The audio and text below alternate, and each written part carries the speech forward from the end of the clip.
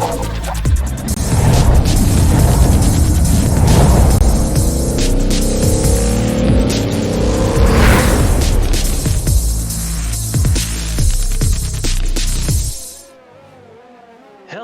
ladies and gentlemen. Welcome to the Slipstream F1 Championships.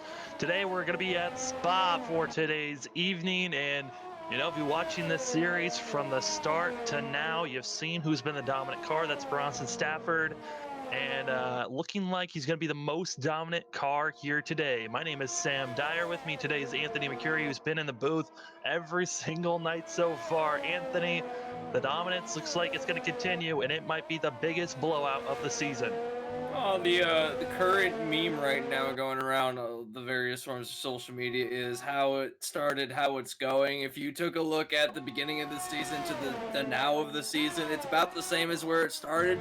Bronson Stafford already in practice on the medium tire, a 144.5, which is 8 tenths faster than Matthew Dyer, and he hasn't even turned in a soft tire lap in yet. He's going to go on a mock qualifying run in about, I'd say, a few seconds' time now, and I would suspect to see him dip into the 143s, if not lower than that. Yeah, as you can see here on the charts, both Matthew Dyer and Bronson Stafford have put their fastest laps on the mediums. They're setting up here for this final push to see who will have the fastest lap going into this race. Brakey has already started his fastest lap. Bronson has started his, and soon to be Matthew Dyer on his final lap. We're going to hop on board with the Ferrari, though, who just entered Sector 2 and trying to best his lap time of a 145.3. Coming through Sector 2 at the moment, going through the final S's before heading out to the main straight of the racetrack. It's going to be interesting for Ferrari this race. They find themselves in a position where it's not an ideal situation. They have only a one-car effort again tonight. We're like that last week at Silverstone. Will be the same here tonight.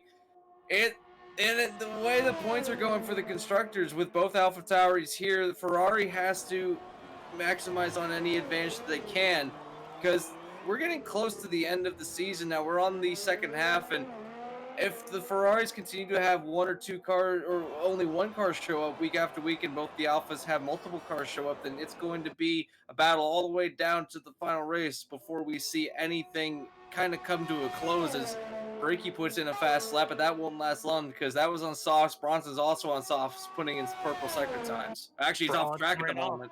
Yeah, he completely ran off and went off the corner at turn 10.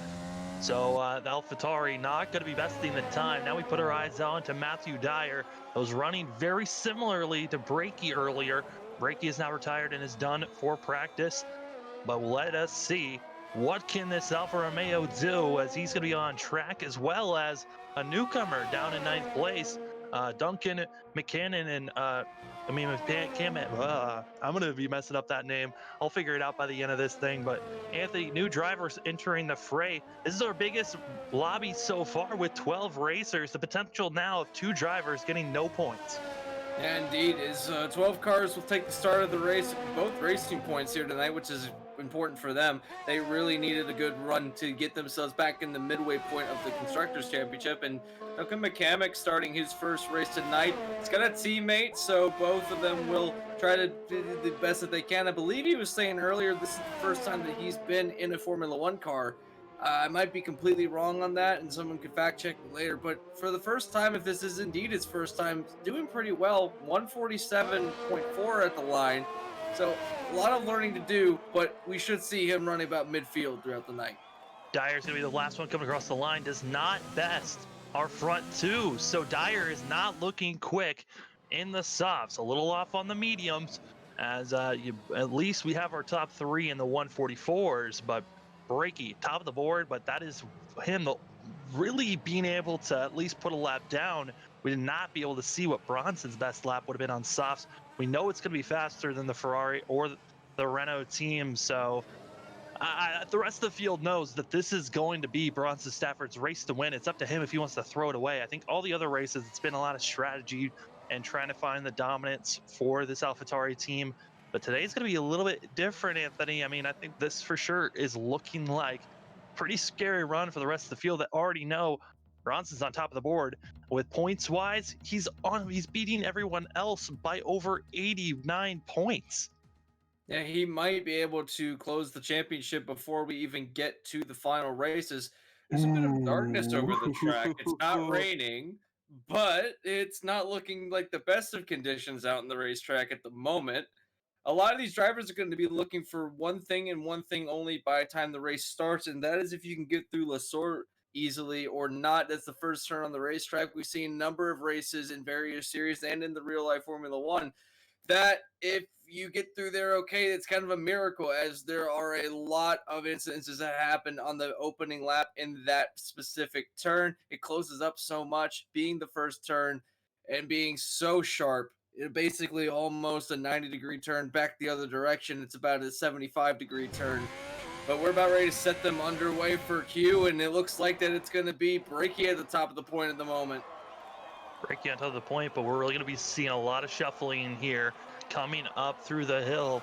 This is where we're going to be seeing the drivers that really can hold their speed and not make any mistakes, as we're trying to get back up on top of the board where Bronson Stafford is. You've also got Hazardous in second place at the moment. Right now, AlphaTauri 1-2 as we're going through sector number 1. Hazardous with a fantastic run. Haven't really seen him up this far in qualifying consistently, and we're almost to the end of the front straight, or the Campbell straight, I should say, as we're going through the first chicane. As now Logan Breaky gets back up to the rear end of Bronson Stafford. Check out Gilberto Javier, who has started last week at Silverstone, had a pretty decent run there. Actually started a couple weeks ago, driving that Renault. He's actually got himself into a third place position at the moment. Yeah, Gilberto going to be in third at the moment. Breaky second. Bronson Stafford in the lead. We have JCW who's back in this race after seeing him start out last week. It's going to be wrecking out. It's going to be Tanner Johnson out of this thing for qualifying, starting back in 12th place. As we're starting to see Racing Point end of the back of the board. Matthew Dyer, though, that was around 8th position for first and second sector, really. He was starting to make a charge up to the front, but right now 6th place, as it's really AlphaTauri and Ferrari on top. AlphaTauri, Bronson Stafford going through, that would be Blajamont at the moment, now coming into the chicane. Looks like it might just be him, although Breaky tried to outbrake him in the final chicane. I think he might have overbraked himself, as now it's going to be down to the line. It looks like it's going to be Stafford crossing the line with the win. Very it was close. It was close, although I noticed that it looked like that Stafford was on the medium tire, so we'd have to see in what tire that Breaky was on. Yeah, it was soft. Softs. So it was close, but that's a soft compared to a medium lap. So that's kind of what you're going to be expecting. Although the soft tire versus the medium tire, Bronson Stafford has to start on the mediums now. That means that these drivers are going to be pretty close on pace for the opening few laps. So if Breaky can get something going, maybe get a big enough lead away from Stafford, there might be something for this Ferrari.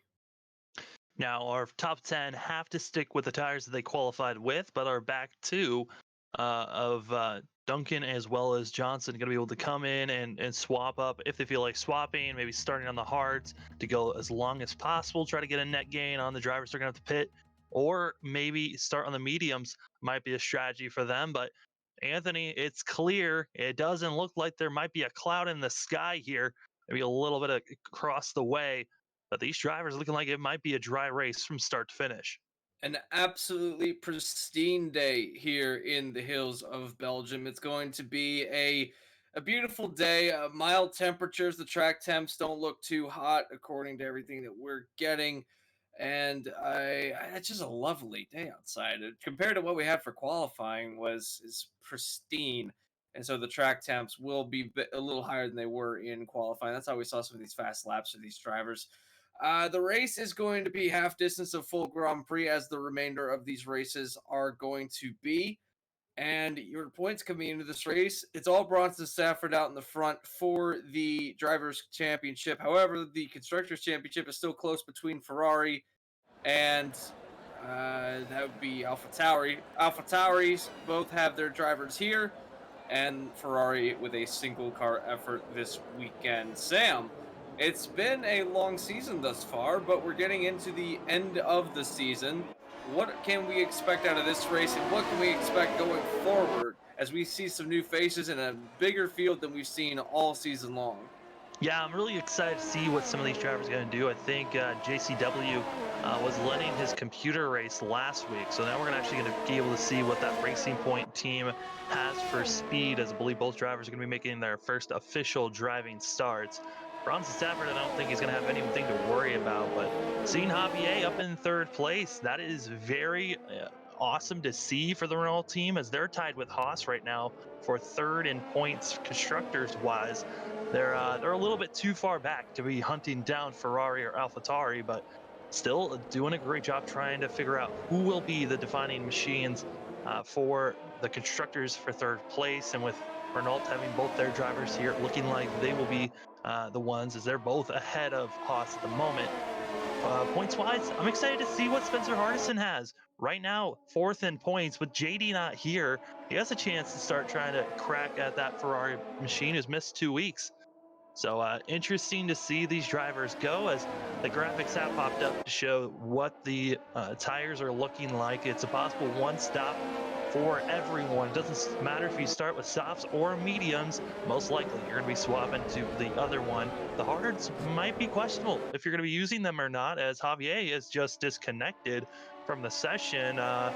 Believe if he connects back in, his computer will still run for him. We'll see if that Renault is able to get back running or not, as he will be starting third. Yeah, Javier had a great qualifying run. He got himself up onto the second row of the grid, so that was going to be crucial for him to have a great run tonight. Although that does move Caleb Smith up, well, it does move him up a position, but he won't be starting next to somebody if the AI does not take control of the race. I don't see his car lined up. The Haas is already there. Tanner Johnson, I believe, took a bit of a detour, not a detour, but a speedy, scenic route of this track, and we'll have to see how we go. But it is going to be a long race, a grueling race, longest race of the season for these drivers. We're going to set them out for the Belgian Grand Prix here in Slipstream. We're waiting for the lights. And it's lights out, and we're off, and we're going into turn one. This is a crucial place for these drivers. They don't need to get all locked up in here, but around the outside, the Ferrari, if Brakey goes, he's actually going to get the position as everyone gets through La Sauce. All right, going up, down, through Al Rouge and Rayon. For the first time, it's going to be the Ferrari with a huge advantage. Matthew Dyer's found his way up into the fourth position, and now here comes Caleb Smith down the Kemmel straight, trying to get around the AlphaTauri. This is probably the worst start Bronson Stafford could ask for, but he's going up against the softs that can really hold off everyone else. Driver also to watch out for is Matthew Dyer. That's going to be trying to make the pass here on Caleb Smith, and Smith's going to be dropping back a little bit. We saw there on the little telemetry of the bottom center, Tanner Johnson did make a jump at the start. We'll be losing some time later on. I believe he'll have to be making a pit stop here to get that penalty restored for himself. Another car that almost had wing damage, that was going to be hazardous, back in sixth place. As we move back up front, it's still Brakey leading the way. Bronson Stafford in second, and Matthew Dyer trying to hold off, as Tanner Johnson Trenton Jump, is going to be up to fourth place. Johnson is all the way back in 12th, and that jump did not help him at all. Trenton Jump, speaking of jump, has got some damage on his front wing. He hit the tire barrier going through No Name, and now he's going to have to probably come in and get some wing repairs, although he is keeping pace going up through the left turns heading into the final chicane, going through Blagemont at the moment. He's getting run down by the second of the AlphaTauris, looking for a move down the chicane. Hard braking into the chicane for Hazardous is going to get the position, and into the pits comes Trenton Jump to get that wing repaired. This is something that he did not need this early on in the race, did Alfa Romeo, but it's still, it's a long way to go. There might be something they can salvage out of this. You talked about it right before they went green. Breaking 3 wide in the back. Woo! There was some contact between Javier Hardison and the other Racing Point of... That's JCW, I believe. Why is he registered so far back? That's just the telemetry being a little bit off at the moment. It will be fixed up here once they come across the line of these points right now. as by they come to lap 3, as right now it is actually lap 2. Our telemetry will be adjusted here.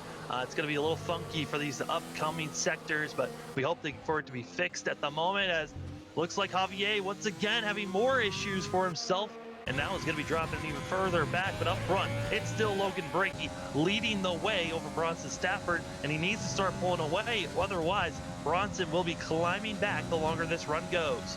Yeah, he's almost got through there, coming through the double darsh, and now we're going to go down into the chicanes.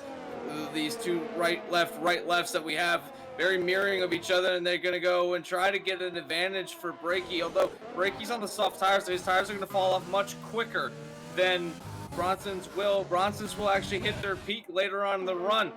So perhaps this might hurt Brakey in the long run, as we've seen how fast that Stafford is on these tires.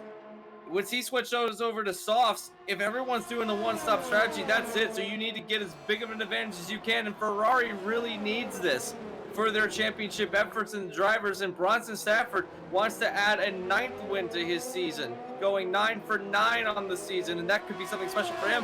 Bronson Stafford, speaking of, puts in the fastest lap on the mediums, as now we're on lap 3, DRS enabled. So you got to think that up the Kemmel Straight, it's going to be a battle between these two for the lead. Frozen and Nerda going to be having issues for that Haas machine going off the track in Sector 2, which is going to be putting him back in last place now. Both Haas drivers running 11th and 12th. They're needing points if they want the constructors to be close between themselves and Renault. It's not looking good, especially with Matthew Dyer running in 3rd, but the battle for the lead has been made. Bronson Stafford easily getting by Brakey in the Ferrari.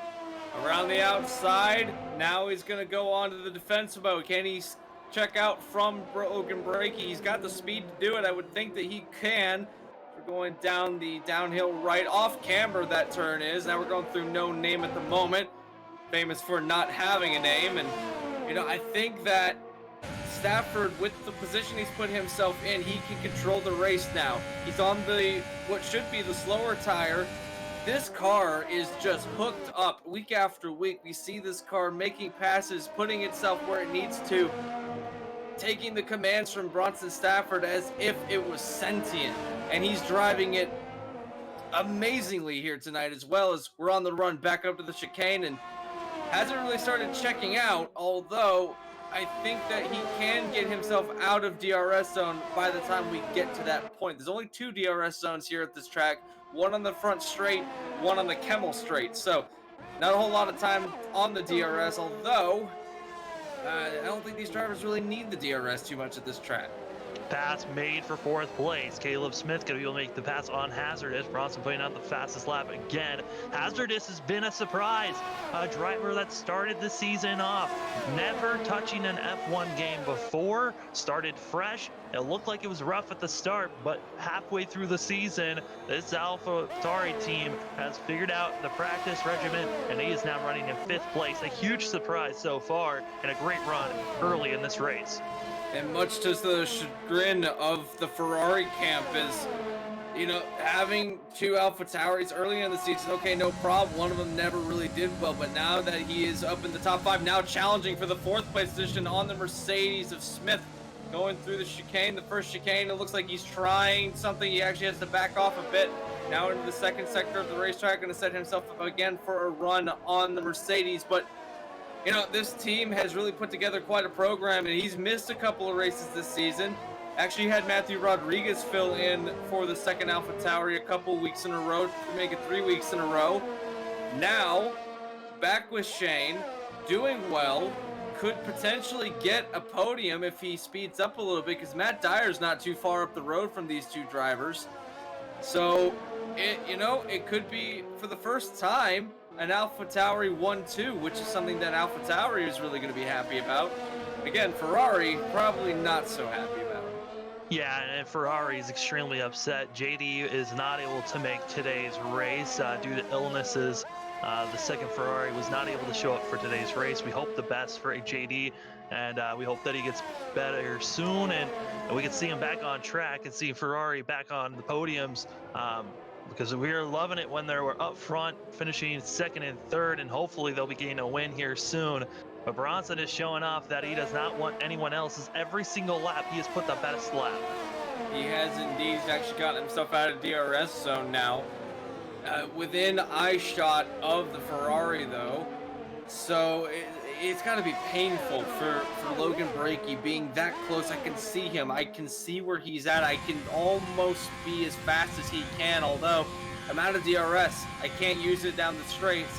I'm going to have to do this in the turns, and just the way that Bronson's been able to do these turns, it's going to be a little bit of an effort from Brakey if he can indeed catch up. He's got a big enough gap between himself and Matthew Dyer where I don't think that Dyer's going to be challenging, although Dyer is also on the mediums.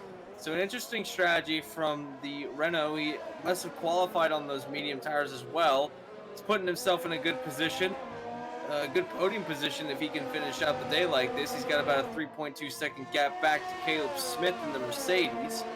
So far, everything going well for this team. We'll have to see if he can continue that. Oh, Hazardous goes drifting through turn 10, and it did not go well. Carried too much speed, tried to slow down, and that back end just snapped on that AlphaTauri. Was about to challenge Smith for 4th place, now dropped back to 6th, and might be losing 6th place here soon to the Racing Point team. Now, Racing Point, Duncan McCamick, and this is his first start. Doing a great job. Oh, almost running into the back end of Shane, but going up the hill. You know, McCamick, I believe he said this was his first start he's ever made in a Formula One race, period. You could have fooled me with the way he's running. He's running about mid-pack, 7th place right at the moment. So, you know, for all the times that we've heard that this is his first time, again, wouldn't know it as running down the other Alpha of Hazardous, trying to get around for that 6th place position. That would put him midway through the pack. Well, as you can see, the drivers from 9th on back all have pitted once due to wing or some other issue. That's going to be Trenton Jump, Spencer Hart, Hardison, Tanner Johnson, and Frozen and Nerda all have had to come into the pits. Biggest movers and losers so far. Biggest loser is going to be Javier, who continues to be dropping back, coming into the pits, making it now the back 8th through 12th machines that have had to come into the pits. Biggest mover up front, though, is going to be JCW in that Racing Point team, up 4 positions, as well as McCammon. Yeah, JCW with a great move up through the field. Started pretty much last row of the grid. Started going through these cars, and now obviously these cars have had issues. We've seen his teammate work his way up to. His team hasn't had issues, but we've seen Hazardous have issues. We've seen Trenton Jump have issues. We've seen Hardison have issues. We've seen Javier have issues. Both the Haas's have had issues, so he's kind of been the beneficiary of those woes of those drivers. He's running in 5th. He's actually closing in on Smith ever so slightly, but the lap times are about similar between the two of them. He's still a long ways back. He's still got to catch up quite a bit, about 4.5 seconds before they get up to the 4th place position, but still good run for them. Yeah, and we're starting to see everyone pretty spread out. And the next type of action we're going to be seeing drivers getting into is possibly going to be pit stops. We're going to keep our camera here on the Racing Point team of Duncan, trying to run down Hazardous. But as we watch them go side by side, as I say that, though, we're going to drop to the back as it looks like another Haas machine might have had issues there. I think that might have been Johnson that brought out the yellow in Sector 2, but we're going to be taking a quick side-by-side commercial break here as all the action you'll be still seeing in the side-by-side FRN commercials.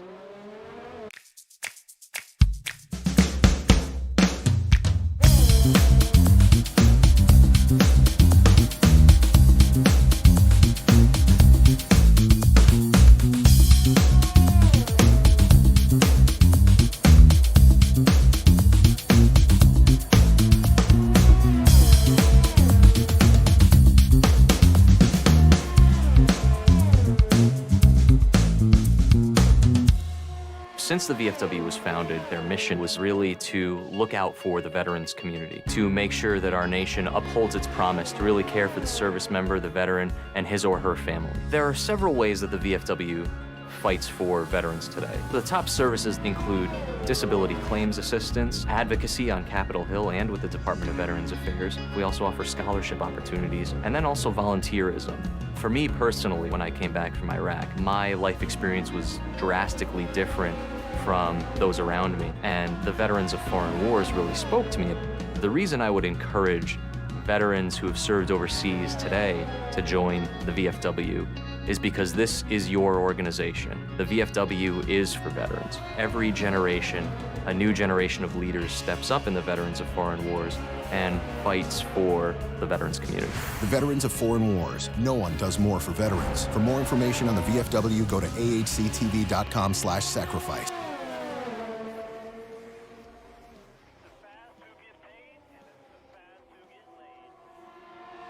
Most everyone involved in sim racing always wants that edge or even make the experience a little bit better, or in this case, a little bit more in-depth. Enter iRacing iFlag.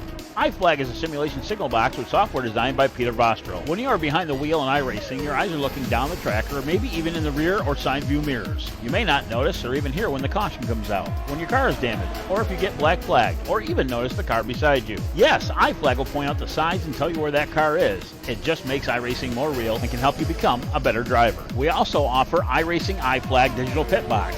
This small box is a great addition to any sim rig. With only 3.5 inches wide, it gives you all the information you need, including how many laps completed, how much fuel you will need to finish, what lap you need to pit on, laps till your fuel is empty, as well as weather and track conditions. It also switches when you come down pit road for more information, including what lap you're pitting under, tire wear, laps on tires, fuel average, and much, much more. To see more info, check us out today at iracingiflag.com.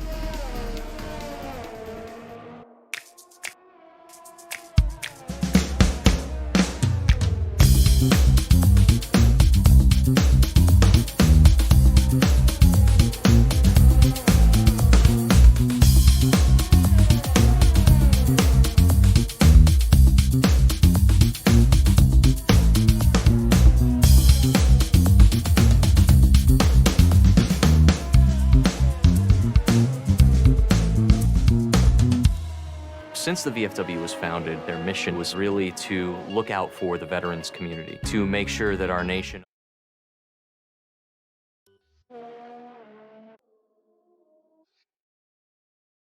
Pit stops underway as we're seeing two drivers coming in. That's going to be JCW and Breaky all in. You also saw the yellow in Sector 2. That was Hazardous that went around. Same spot that he did last time. Most likely we're going to be seeing this AlphaTauri come in, and here he comes. Being another driver pulling it into the pits. Now, all the drivers that may had instances earlier all switched to the harder compounds, trying to drive to the end, so they only had to do one stop and not force it to two. What's interesting to see is it looks like JCW switching to the hards. Ooh, interesting. Breaky switching the mediums.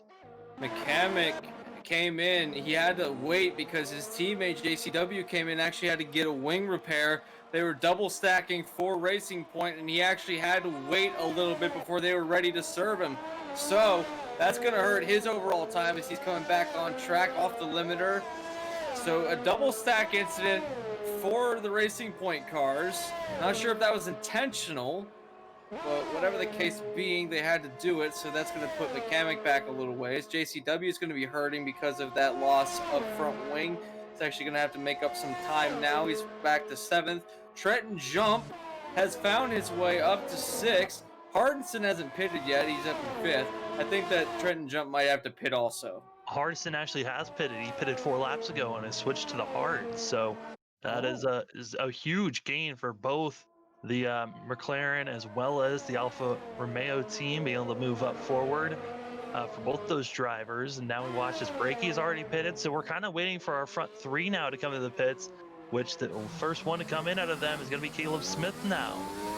And Caleb Smith and the Mercedes coming in, trying to get his stop over and done with. One stop for a lot of these drivers, and he's going to go on the mediums. Benefit of having that first pit stall is he can get a better entry into his pit. He's going to be out, and the only one on pit road at the moment, a nice clean pit road for that Mercedes driver. We go back and see this battle heating up between Hardison, Jump, and now JCW. Is going to be a 3-way battle between these drivers, and further back there's a battle between Hazardous and Duncan McCamick going on. That's actually within a second, and McCamick sends it! What a beautiful send!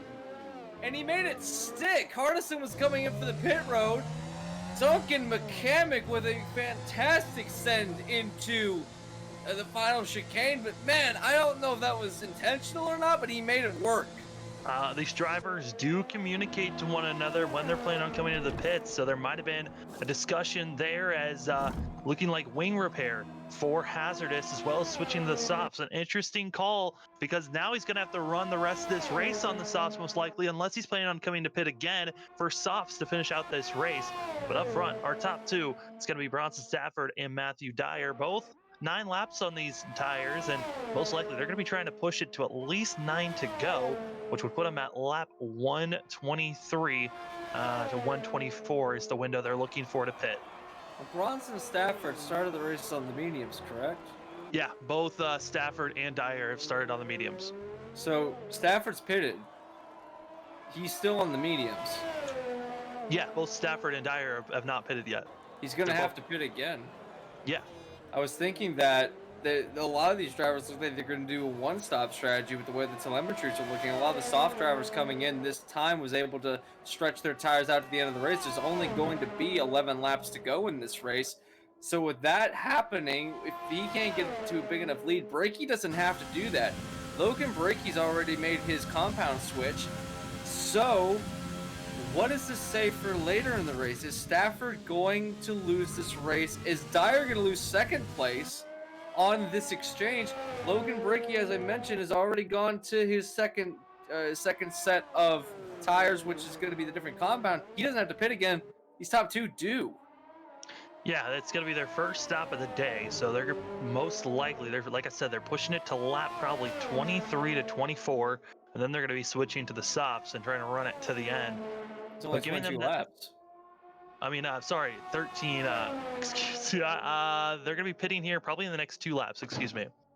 Thought they already pitted though. No, they haven't pitted at all. Wow. Our front two have not pitted. That must have been a quick stop from the Ferrari. Then I thought they had pitted. Okay, so the Ferrari is that was a quick stop by Ferrari. Then never mind. Well, okay, yeah, it's a quick stop, and also the pit lane is actually one of the shortest pit lanes in Formula One. That. So you get in and out real quick. Oh man, I was looking at the thing. Okay, never mind. That makes sense now. Right. So forget everything that I just said. Yeah, sorry. These drivers are going to be looking to pit here probably in the next 2 laps or so that are on the mediums, and then they're going to be switching to the softs to end this race out. A little dyslexic moment for myself of thinking that we're going 32 laps instead of 22 for the race. As right there, Brakey putting the fastest lap down on the mediums as our front two still need to pit one more time. Looking at the telemetry though, yes, Dyer's most likely going to be losing this spot because he's going to be losing second, but that's still a major difference between first and second. Bronson has just continued to pull away from the rest of the field. Indeed, he has. So give that that's going to be about 21 seconds back to Logan Brakey by the time you add his time and Matthew Dyer's time combined. So I don't think he's going to be able to make up 21 seconds on pit road, as I think the exchange on pit road is somewhere around 15, maybe 14 to 15 seconds. So, given that, we should see this battle for second close up and shut the door, or shut the cover of the book on that. However, it's going to be a mad dash to see who can get up to Bronson Stafford, although Stafford's not running particularly quick times, I've noticed. He did put on a fast lap, but he seems to struggle throughout some of this track.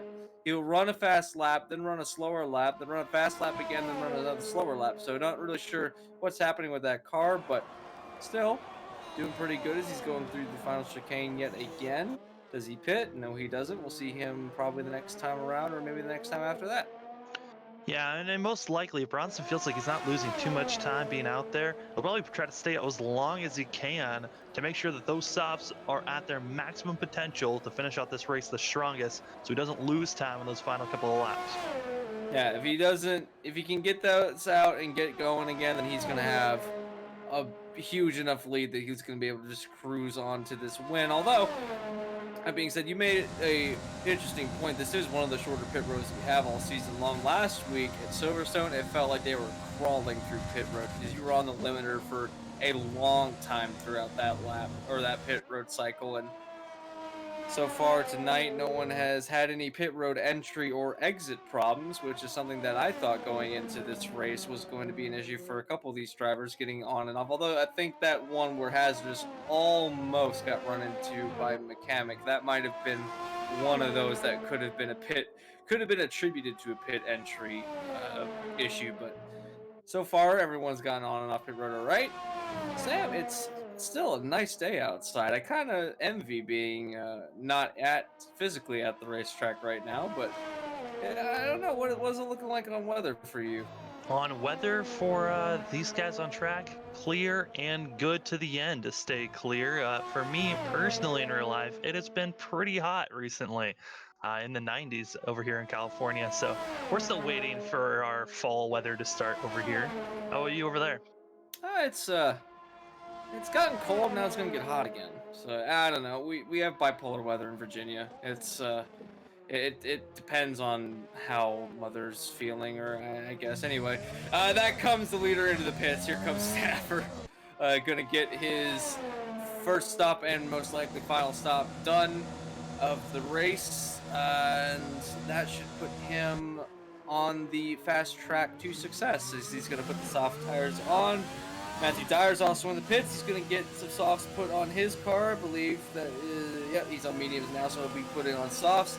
Look at the gap. You can see that Matthew Dyer just now got on. Although you hear Logan Breaky in the background, he's made up a considerable amount of time on Bronson Stafford. Yeah, I mean, right now, Breaky is going to be about 2.5 seconds back, as Stafford's now going to get up to speed. The question is, though, I mean, we know that by the end of the race, Breaky is not going to have the best tires, nor will Bronson, but how far can Bronson pull away here on the softs? He hasn't completed a lap yet so far, not in practice, not in qualifying, or during the race just yet on softs. This is going to be the first time really getting to see how quick is Bronson Stafford coming to the end of this race. Matthew Dyer right now is going to be back 12.4 seconds on Breaky. Doubtful he can make that much time back up onto the Ferrari.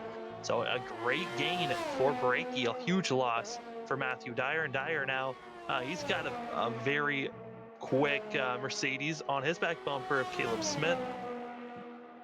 But we'll see where these drivers go as JCW comes into the pits now.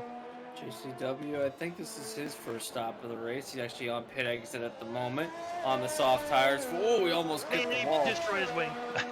The winglet's already gone. Right out of the pits.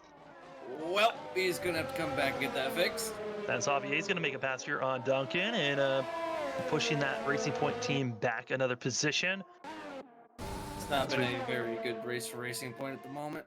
It really hasn't. And already Bronson has already gapped Breaky by a full second from when he came out of the pits in just one lap. I mean, that just shows the strength of what these softs are. That's going to be his warm-up lap and pulling away. Now we get to see what a soft tire full quick lap is going to be like for Bronson here, as he's just going to try to pull away from this Ferrari as quick as possible. That being said, also Matthew Dyer being on the soft tire, he's going to close in on Logan Breaky, so it might not be all clean at the end of the race for Breaky's second place efforts. We're running out of laps to do it, but this track is long enough. You might be able to make up a little bit of a gap on that, as we've seen Stafford make up a second within a lap. I don't think that Matthew Dyer, as to your point, I don't think Matthew Dyer's got enough time, as Cosmic Cloud is actually keeping up to him, and I believe he's on mediums at the moment. So, yeah, he's on the medium tires. So, the Mercedes is quick in pretty much all facets of this track.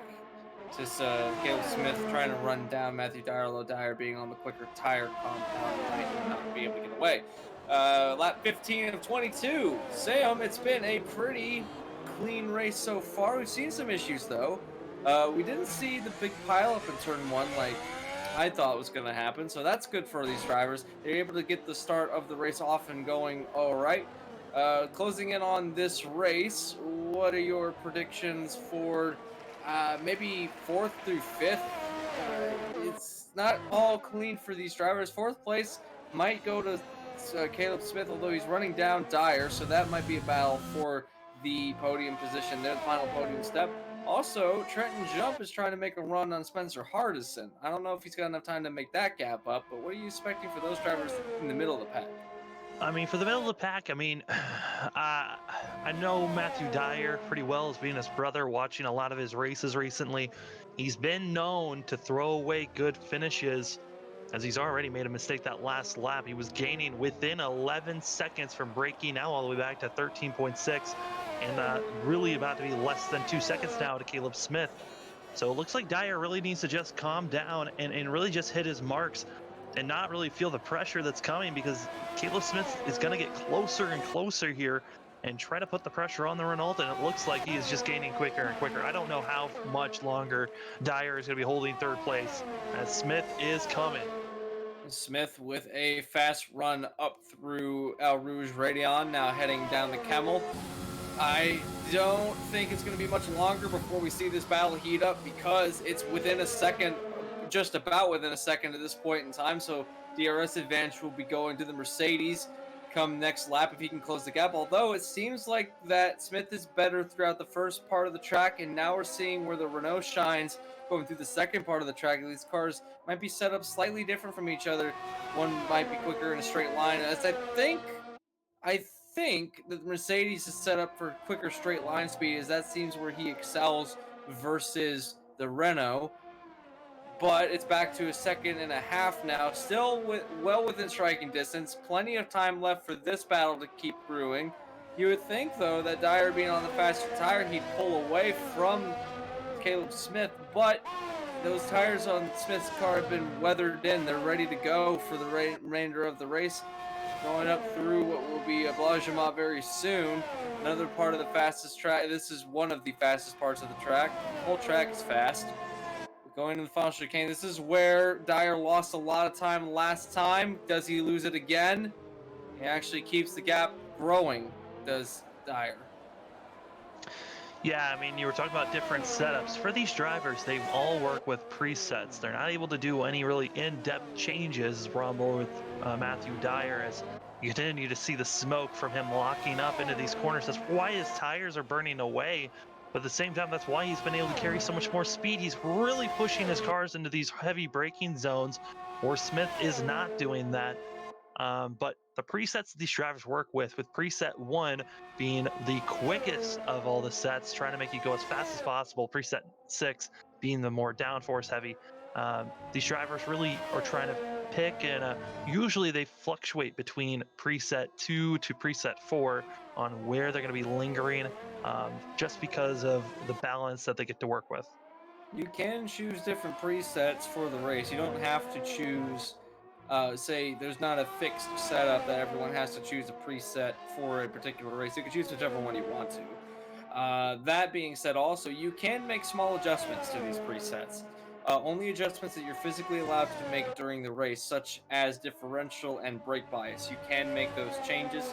A lot of drivers run them 50-50, which gets you around the turns quick, and Javier has left the session again, so I'm going to fall out for the other Renault.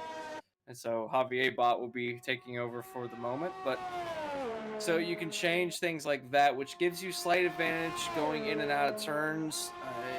The differential being the way it is allows you to slow down and get power down a little easier without spinning the rear tires, as well as brake bias, putting it at 50%, meaning that all the tires equally get the same amount of brake throughout the lap.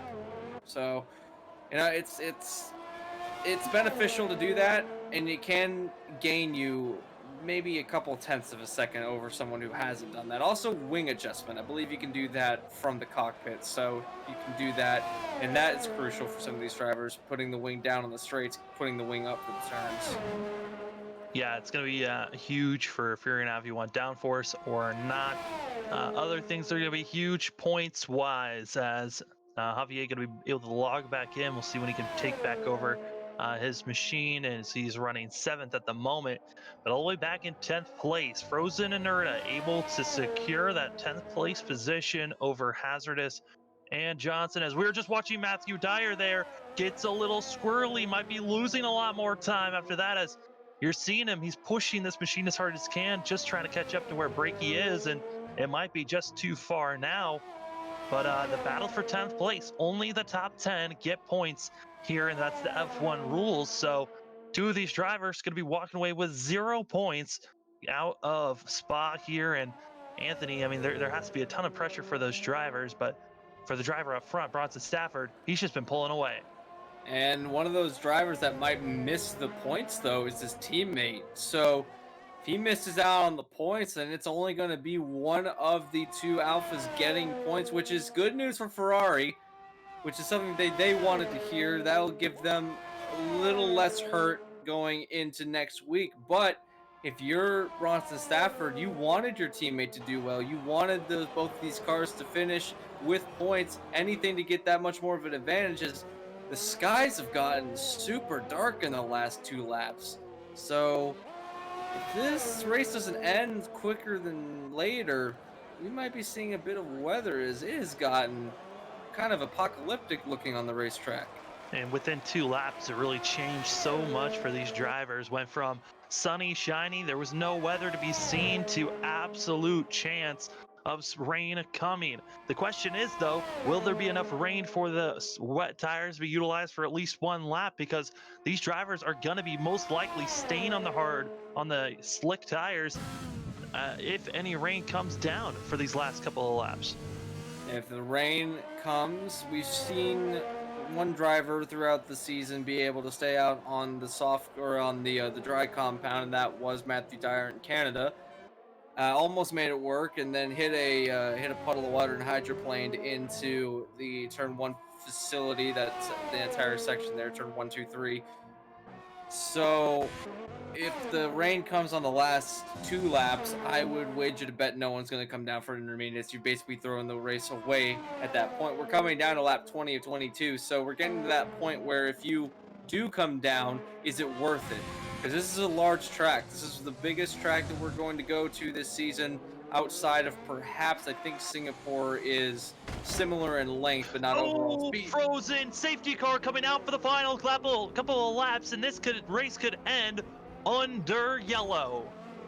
That is something I don't think anyone saw coming. Ricky's in the pits. He can't get in the pit road. Oh my goodness. Brakey right now just got hit with a 5-second penalty, still stuck in pit road, as right now Frozen is in pit road, blocking pit road, losing all this time. Brakey goes to the pits. Dyer in front of Brakey. Brakey has completely broken his wing. He's losing time to the others. Brakey and Dyer. Brakey is hydroplaned. He's been disqualified. Dyer disqualified because he can't move. He had to stop. The pit road entrance has been blocked. They've been disqualified. Dyer and Brakey, they're not getting points. Caleb Smith second, and Spencer Hardison is going to be in third. Trent jumped fourth, and they're all going to get reset back up with the safety car out. Bronson Stafford's racing to the safety car to try to finish this race as quick as possible. The rain might be coming. That's why those drivers might have been coming down pit road to put some soft tires on to have a chance at Bronson Stafford. Johnson's got a drive-through penalty, speeding under the safety car. That's a lot that happened the last couple of moments. That just so Logan Brakey tried to get in his pit box. Frozen was stuck, couldn't get in. He's also DNF from this race, so there are only 9 drivers running at the moment. So Frozen, in order to try to get on pit road, could not get going. Well, he broke his car. That's what brought up the safety cars. He messed up pit road, broke his front left tire, and he was blocking pit entry. So when Brakey came in, he had to wait for Frozen's car to disappear. When it finally did, he started moving. Dyer came in way too quick, couldn't slow down, hit the Ferrari, who then got the Ferrari completely pinned, stuck. Caleb was stuck, had to back out and get back going. It just jammed everyone up and not able to get moving anywhere. And right now, Bronson's pulling into the pits, trying to get new tires on, as right now it's still 20 laps out of 22. So we still have a couple laps to go. The safety car, how long it's been out, might actually go back to green on the final lap might go back to green. So you never know. This race might not be over. He's changing tires as if it's going to go back to green at some point. He had a big enough lead. He's not going to lose the lead on pit road. So gonna come in and get some fresh softs. I believe that if nothing changes, okay, so Smith is also doing the same.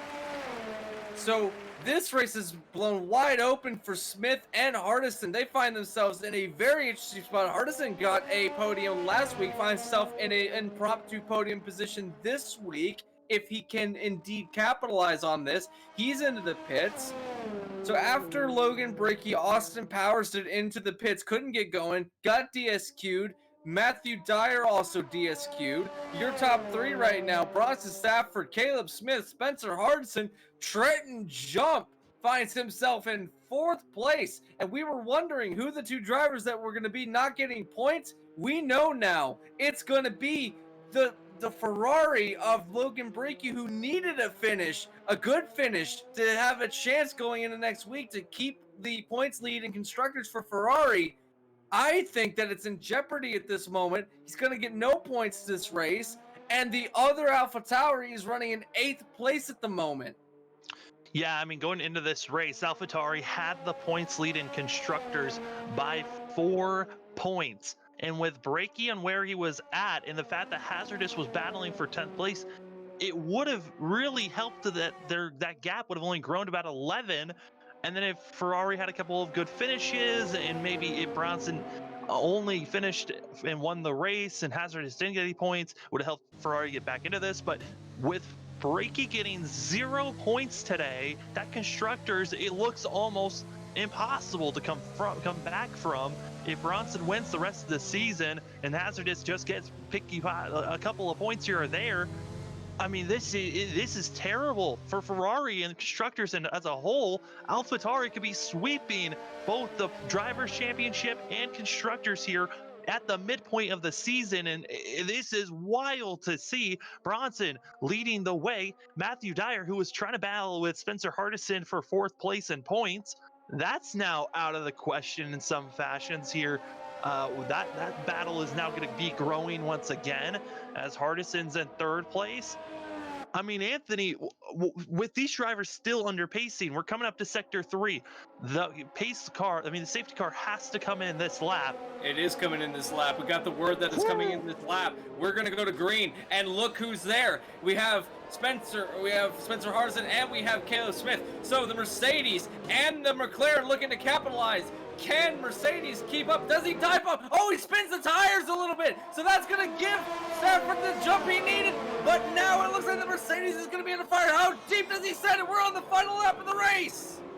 Trent Jump throws it in very deep, going to be right at the wheel well of that McLaren team, and drops back, going to be following suit as they come up the hill. It's going to be Bronson Stafford looking good, trying to put on the fastest lap, get that bonus point as he switched to the soft compound, as well as Caleb Smith going to be following suit, but he's dealing with the mediums. He doesn't really have to worry about much, as really Spencer Hardison getting all the pressure from Trent Jump right now as they're running down this back stretch hard through these braking zones. Everyone is still very close. There's still a chance for 2nd place on back to be switched up. Indeed, so you have 3 drivers looking for that 2nd place. Here comes Jump to the inside, going down underneath, and jumps around. That's actually helped Spencer Hardison. He's going to try and run down 2nd place. Smith, he's going to be right there. He's on the faster tire compound. Does he get McLaren those crucial points going through double dash? What can McLaren do to capitalize here? Spencer Hardison trying to get 2nd place, 4th in points. He's trying to run down JD, who's not going to get any points, as well as Logan Breaky. Hardison has to figure out how to get by Caleb Smith right here, and Bronson Stafford ahead. He's still less than a second away, but right now pulling away from the rest of the field. Do not make any mistakes coming to the final chicanes. One more straight to go. We're coming up through Blanchimont, almost to Blanchimont. Here comes the McLaren of Hardison. How deep does Hardison set it into the final chicane? He's right alongside, going into the final chicane. Who's gonna get it? And it's gonna be Hardison. He's gonna do it. 2nd place goes to Hardison. Move, contact. Smith spins it around. If he might not even get 3rd, this is gonna be Javier gonna be getting it for Renault that time. Bronson Stafford gets another win to continue on. Hardison with a bold move to find himself in 2nd place, and Smith's gonna finish back in 5th. And look, that is incredible. Javier, he started 5th on the restart, makes his way up to 3rd, a podium spot for the Renault. I'll get the name out eventually, but man, that was an incredible finish. finish. Bronson Stafford again with a win. He had to fight for that one. I want to bet, had Caleb Smith not spun the tires coming out of the final chicane, there was going to be a run going down to the first turn, and I would have guessed, I would have put all my money that he was going to dive bomb into turn 1. But Bronson Stafford pulls out a win, a chaotic lap slap dash. Spencer Hardison on the podium again 2 weeks in a row, and Gilberto Javier is going to get his first podium on the season, and Renault another podium this season. I mean, this is crazy to see, as well as Hazardous able to get a 7th place finish, a solid day for himself, who had ups and downs battling with the Haas machines most of the day, able to finish up front. But Bronson Stafford continues it again with another win, and really it wasn't surprising the fact that he won, but that late race safety car changes everything. Driver of the day goes to Spencer Hardison for surviving, and that bold move there at the final chicane to put himself in 2nd place. That was an incredible run down to the line. Bronson Stafford hoists the trophy yet again. But we have a very different looking podium this race. It looked like the threat of rain. The last lap ditch effort to get in the pits. The safety car all within the last 2 laps of the race. Man, I need to catch my breath after that one. It's going to be Bronson Stafford, Spencer Hardison, and I can't even speak anymore. Gilberto Javier going to be getting 3rd place. I mean, the Renault team looked like they should have gotten 3rd place already, but I mean, with Dyer not going to be getting any points, but still Renault able to get at least 3rd place. As you can see here, penalties were given out to Hazardous as well as Hazardous and Duncan. I'm struggling to speak as that 1 lap shootout came to the end there. Not sure who was going to get it done. Bronson Stafford does get the fastest lap, so a bonus point goes to Alpha, goes to that team. And oh my goodness, Anthony, I mean, that is a wild finish. Something that I did notice, though, is Logan Brakey got a position somewhere in that exchange, so he actually finishes the day in 10th, so a point is going to Ferrari. That is going to be crucial. It could come down to a point later on in the season. We've seen a lot of championships be settled on a single point. Think back to the 2008 World Championship, where Lewis Hamilton just beat out, I believe it was Alonso, by 1 point. Or it might have been Massa. Beat out Massa by 1 point. So it could come down to something like that later in the season for the constructors. Logan Brakey did get away with murder, I think, a little bit there. Although Bronson Stafford has cemented himself as probably going to be the Drivers' Championship now after Logan Brakey's poor finish this race. And if mathematically impossible come the next couple of races, I'm expecting we're going to be crowning our World Championship within the next couple of races. But constructors are wide open. Sam, holy cow. Yeah, it's not mathematically impossible just yet. If Bronson somehow misses out in 4 races, and then Brakey comes in, wins all 4 of those races, as well as gets the fastest lap with bonus points, he would be taking the lead here. But I mean, Bronson's he's aiming for being here every single race. And that was a crazy one. That was one for the ages. The finish was fantastic. Came down to a last lap pass. I honestly didn't expect the safety car to come in when it did, but going into Sector 3, safety car got the call to come in, and it set us up for what was probably the wildest finish outside of Australia, where we had a late race safety car come out. Not this late, however. This was the latest safety car we have ever seen this season, and it set us up for what possibly could have been a championship deciding finish. Yeah, it was crazy. Anthony, I'm actually going to lead you off and let you take control of interviews for this one, as I need to take a quick step back, but coming in is 3rd place. All right, let's get him in here. Hello, Javier. It is Anthony and Sam in the booth. You have us. Hey, I got you guys.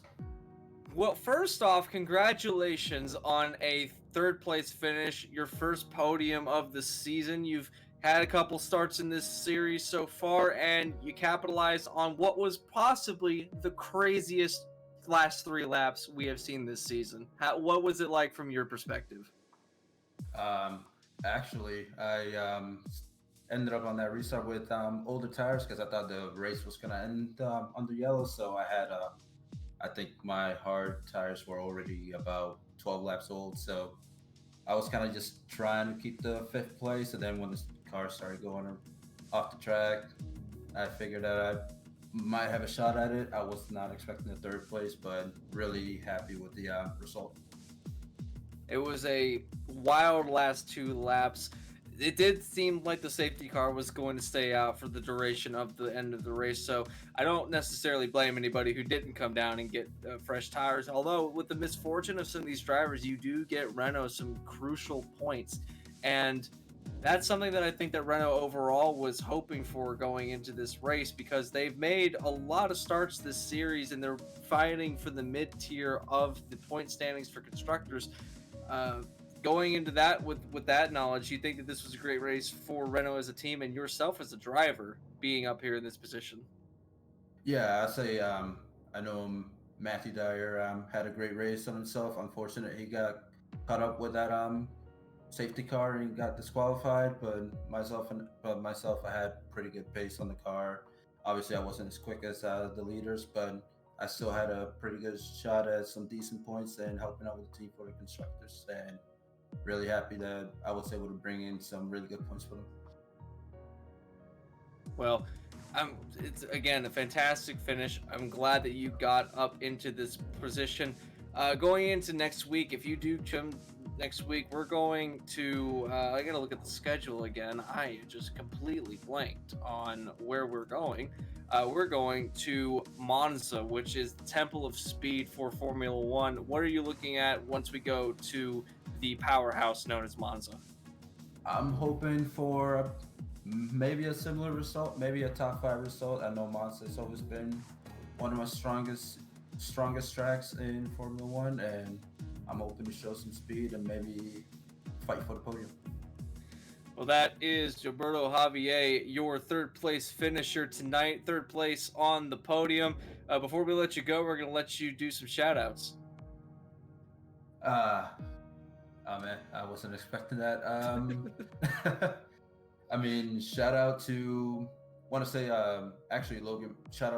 Brakey for actually kind of bringing this league back. I used to race with these guys a long time ago when Slipstream was a little bit smaller, and actually having being able to be broadcast by you guys, FRN, and being able to race with these guys again, it just brings back some really good memories from when I used to race with them. So thank you to Logan Brakey and JD for bringing the series back, and I look forward to continuing with these guys in the future.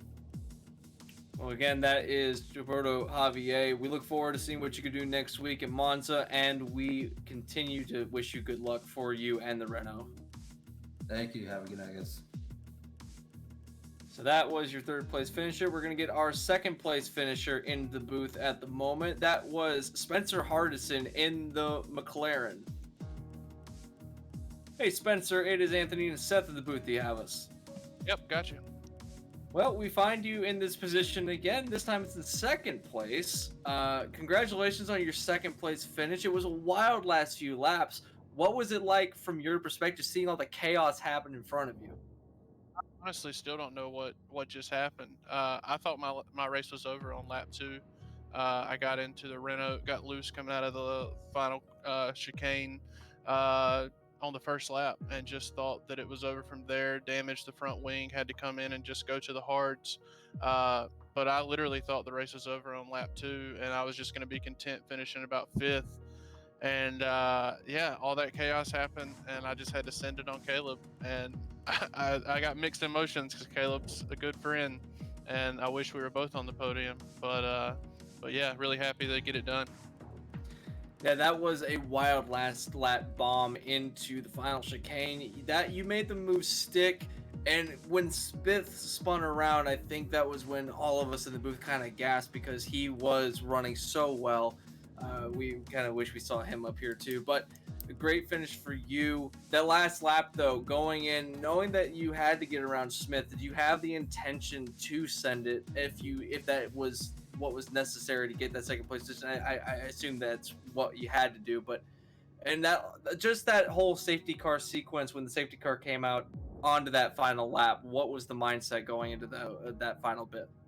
Honestly, for the first part, I was just worried about Trenton behind me, and I guess he sent it and lost it. I'm still not sure what happened there. Like I said, I'm still trying to figure out what happened myself. But yeah, like going in, once I saw it was gonna be a one lap shootout, it was just turn everything up and just let it ride. I mean, I've literally only had this game for less than 3 months, and had never played a F1 game before, and so I'm pretty much in shock right now. I don't really know what just happened, what all occurred, but I'm not mad at it.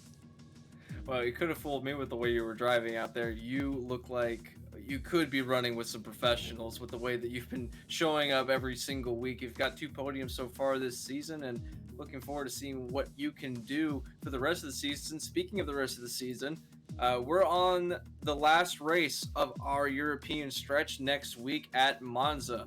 What are you expecting to get out of that track? The fastest track that we're going to go to all season long for top speed. What's your mindset going into there, and what do you think you could pull out of that one? I think we might see a lot of what we saw tonight next week. It's going to be fast. It's going to be just who can, push it the hardest, who can break the latest, who can just, be on their game. And obviously, it's going to take Herculean effort to catch Bronson because he's just so daggone good at this game. But I think it's going to be fun. It's going to be a blast. Spa was the one I was really worried about because I was terrified it was going to rain. But thankfully we got through it, and yeah, Monza should be a blast. Well, we look forward to seeing you have a great day next week. Before we let you go, though, we're going to let you do some shout outs. I mean, the only shout out I can give right now is to Caleb because I do kind of feel bad that I took it from him. It would have been great for us to both be on the podium, but just appreciate Breaky, putting on this league and doing such a good job with it, and especially to you guys for all y'all do for us. It's a great broadcast, nothing like it on sim racing. So really appreciate you guys. Well, that is Spencer Hardison, driver of the McLaren, and he gets a second place finish tonight. We look forward to seeing you next week, and have a great rest of your night. Yeah. So we look now to our winner in the Belgian Grand Prix, someone that we are all familiar with. That would be Bronson Stafford. Hey, Bronson, it's your buddies in the booth. He got us. Yeah, what up, Anthony? That was possibly the craziest finish we have seen all season long, outside of possibly Australia. A late race safety car came out. Going into this race, though, you looked like you were the favorite throughout all the practice and qualifying, and then the race came. You had a bit of a battle between yourself and Logan Breaky for a while, and then all of a sudden, the sky opened up as far as what could go wrong, did go wrong for some drivers running back there, and the safety car came out. Was there any moment throughout that entire safety car period that you thought that perhaps someone might dive bomb into turn one and take the win away? Yeah, right after the restart. I didn't think we were going to restart, first of all. Typically, you don't get a restart unless everyone's caught up, but I guess they decided to just send it away with 4 of us, I think, all caught up, or 5 of us, or whatever. But obviously, cold tires and, the guys coming from behind were able to kind of run a bit quicker and get more heat. So I was kind of worried on the launch of just wheel spinning and someone getting a good launch, but I looked behind and pretty much everyone got some form of wheel spin. So from there, it was just kind of burn the ERS down the main straight, and hopefully no one was close enough to make a lunge, as it's really hard to pass through Sector 2. So wasn't too bad overall. I mean, we were able to hold on, and I think if Caleb wasn't on mediums, I think he probably could have actually made a good shot at it with a quicker tire compound. He was catching you down Camel when we saw that, but we knew that everybody was on maximum ERS output. It was pandemonium that last lap was, but this is important for you because one driver in particular got disqualified, did get points, just got points. That was Logan Brakey, who kind of Austin Powers did into the pit road, along with Matthew Dyer, who also got himself disqualified when he ran into Brakey and caused a clog up in the pit road. So with that in mind, AlphaTauri had both their cars start tonight. Ferrari did not. Ferrari had a DSQ. AlphaTauri did not. Ferrari's only getting 1 point. AlphaTauri is getting much more than that. How big is this going into the Constructors' Championship? Do you think that a double championship is possible now? I think this definitely opens it up a lot more. Because we took the lead last week just by having just Brakey running and having both AlphaTauris there with Shane. But now this week especially, Shane was able to get a 7th place finish and honestly had the pace for a top 5.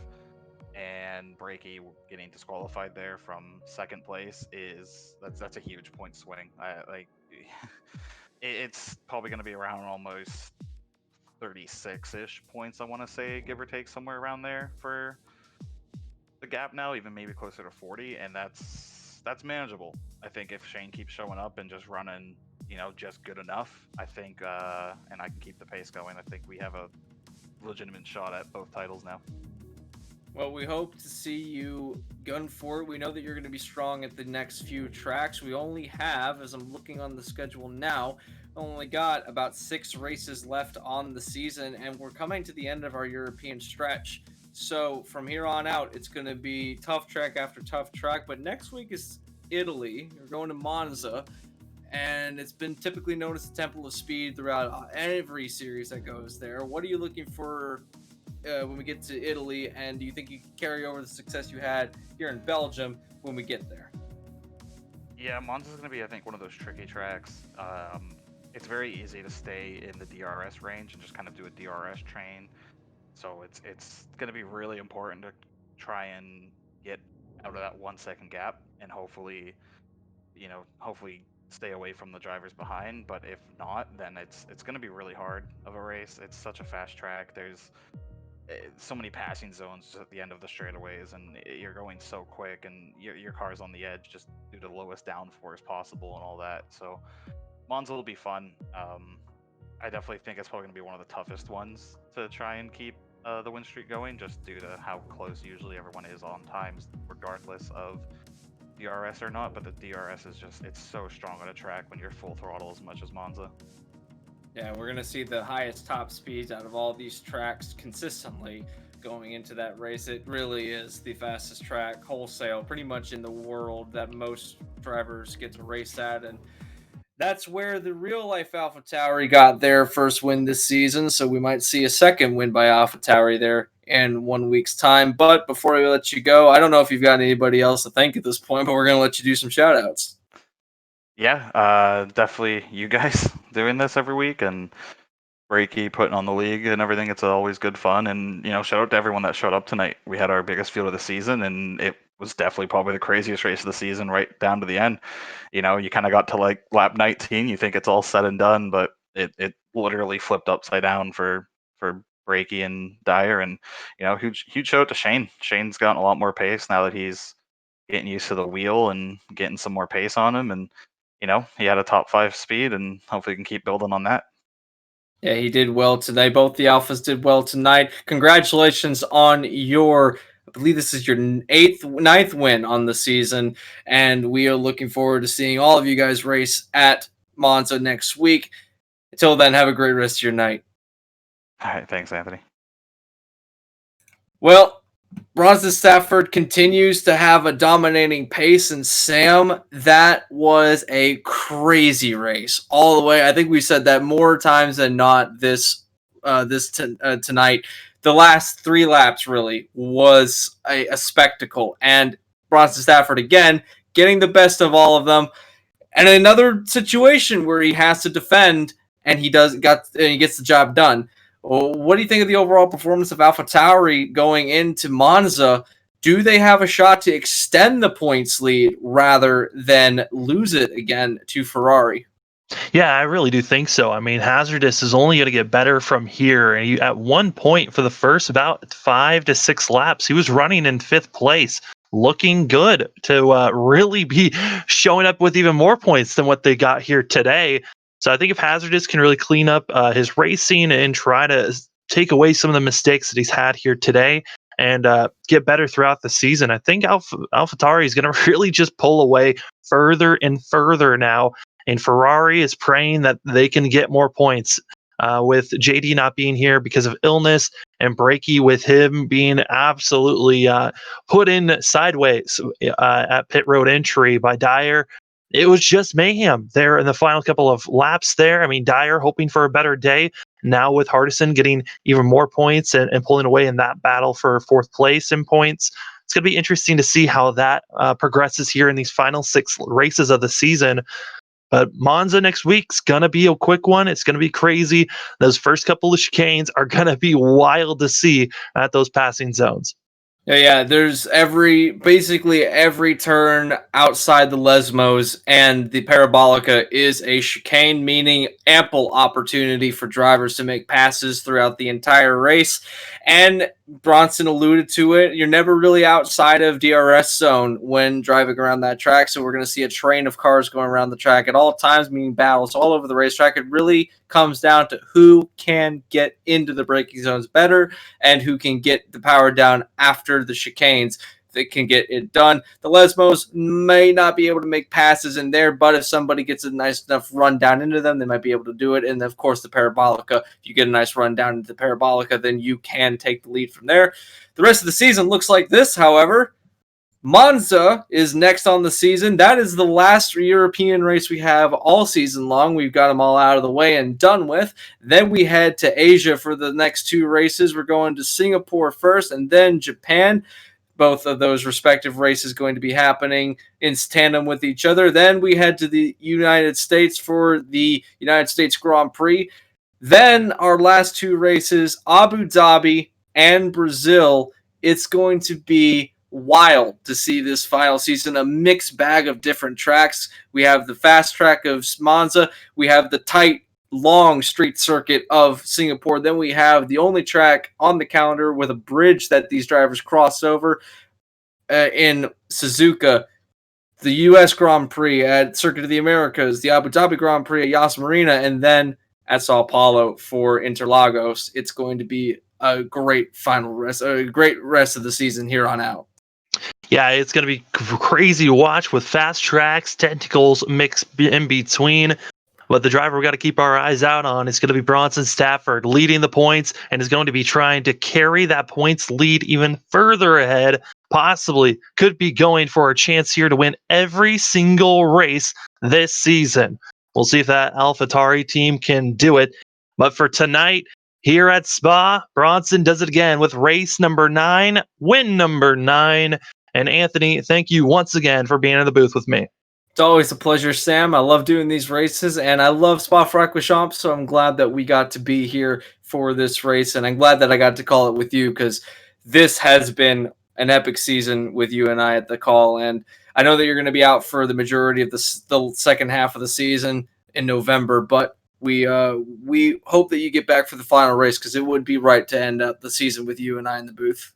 Yeah, we're going to see if scheduling can get it to where I can be here more often. Most likely, I'm going to be missing in the next 2 weeks. Hopefully, I'll be back in action after that. But for tonight, it's done. We know who the winner is. It's Bronson Stafford again. Next week is going to be even wilder at Monza. Can't wait for it. For us on the Flatout Racing Network on our YouTube page, though, tomorrow night, we've got 2 racing actions. We got the G-Force 87 Series racing at Martinsville. We got to see the carnage at Bristol last week, and now it's going to be even a tighter and just a small track. And we'll see if those 87 cars can get through without too much chaos, as well as the Rolling Thunder Gaming Series for their Winston Cup races. They're going to be going on tomorrow night as well. It's going to be more exciting racing throughout the week here on the Flatout Racing Network. Can't wait to see more of the racing action. For myself, Sam Dyer, and for Anthony McCurry, you've gotten to watch another presentation of the Flatout Racing Network. Hopefully you have a great rest of your night, and we'll see you next week for Monza.